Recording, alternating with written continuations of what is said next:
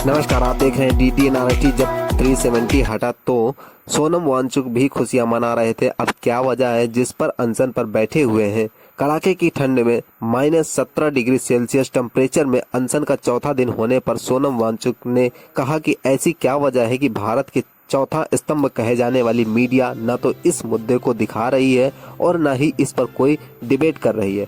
पेश एक रिपोर्ट। नमस्कार जूले, ये आज मेरा चौथा दिन शुरू हो रहा है अनशन का और खुले आसमान में तापमान यहाँ पर -16 के करीब था। आप देख रहे हैं ये जो गिलास पानी से भरा था ये पूरा जम गया है और इस गिलास में तो एक विज्ञान का अनुसंधान हो गया है।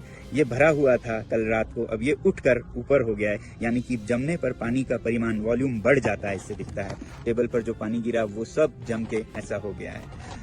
ऐसे में हम अनशन कर रहे हैं, मगर सबसे हैरानी मुझे ये है कि आज तक जो मेन स्ट्रीम मीडिया है भारत की, उसने इस आंदोलन का जो उथल पुथल इस सीमा पर हो रही है इसका जरा भी जिक्र नहीं किया।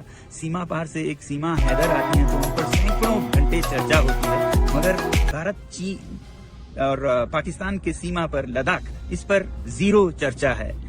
आपको पता है, मेरे ख्याल से तो आज भारत के इस सीमा पर हमारे सैनिक सबसे कमजोर स्थिति में हैं, क्योंकि यहाँ पर सबसे बड़े लड़ाकू माने जाते हैं लद्दाख स्काउट्स, सिख रेजिमेंट्स और गुरखा रेजिमेंट्स। आज लद्दाख के सैनिकों का मनोबल टूटा है, ठेस पहुंचा है, क्योंकि लद्दाख को न लोकतंत्र दिया गया है न संरक्षण।